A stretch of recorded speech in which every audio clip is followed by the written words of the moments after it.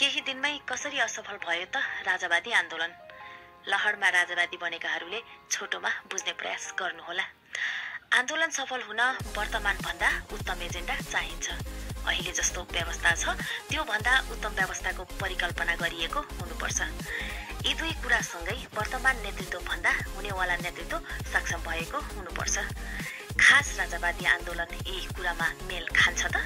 एकछिन पुरा पढ्नुहोला, साथै सभ्य भाषामा कमेन्ट गर्नुहोला।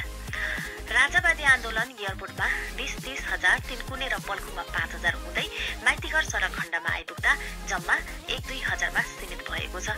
आन्दोलन सफल हुन जनताको साथ चाहिन्छ, सहयोग चाहिन्छ। जनताको साथ बिना कुनै पनि आन्दोलन सफल भएका इतिहास नै छैनन्। राजतन्त्रवादी सम्पूर्ण शक्ति मिलेर गरेका केही दिन नेताका श्रृङ्खलाबद्ध आन्दोलन हेर्ने हो भने अब चाहिँ राजतन्त्र पुनर्स्थापना हुने कल्पना कसैले नगर्दा पनि हुन्छ।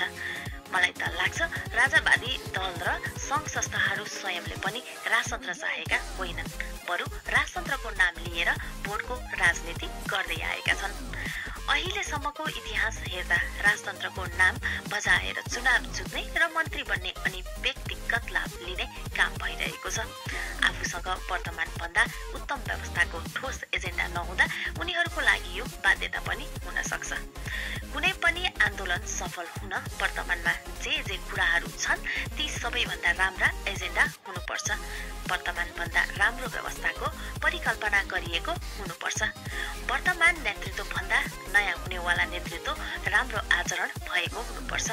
अनि मात्र आन्दोलन ढिला चाँडो रफ्तारमा अगाडि बढ्छ। राणा शासन ढाल्न प्रजातन्त्रको एजेन्डा अगाडि सारेर आन्दोलन गरियो, जो सफल भयो। त्यस्तै राजतन्त्र ढाल्न सङ्घीय लोकतान्त्रिक गणतन्त्रको एजेन्डा अघि सारियो, आन्दोलन गरियो, सफल भयो।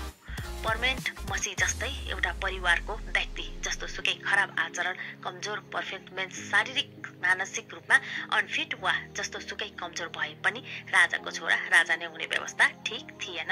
अनि आन्दोलन भयो, जनताले साथ दिएर सफल पनि भयो। एउटा असल र विवेकशील मानिस कसैले पनि जानी आफ्नो अधिकार अरूलाई दिन चाहँदैन। लोकतान्त्रिक, गणतान्त्रिक वा जनतान्त्रिक जे नामले सम्बोधन गरिए तापनि यी सबै जनताको व्यवस्था हो।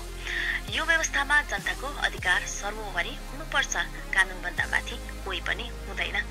गल्ती गरे मतदान मार्फत जस्तो सुकै बादशाह पनि ढाल्न सकिन्छ।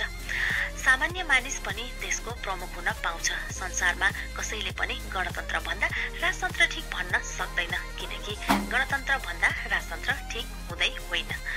अब सुरु गरौँ राजावादी आन्दोलन किन सफल हुँदैन त? वर्तमानभन्दा उत्तम एजेन्डा केही छैन। वर्तमानभन्दा उत्तम व्यवस्थाको परिकल्पना गरिएको छैन। वर्तमानभन्दा उत्तम आचरण कसैमा देखिँदैन। सरकारका 2-4 देश बाहेक सबैमा यसको दर्जनाको अन्त्येष्टि भइसकेको छ। जनता आफ्नो अधिकार अरूलाई दिन तयार छैनन्। के सत्य के गलत जनताले सजिलै छुट्याउन सक्छन्। मैले जोड्न खोजेको कहाँ हो भने गणतन्त्र भन्दा राजतन्त्र ठिक हुँदै होइन।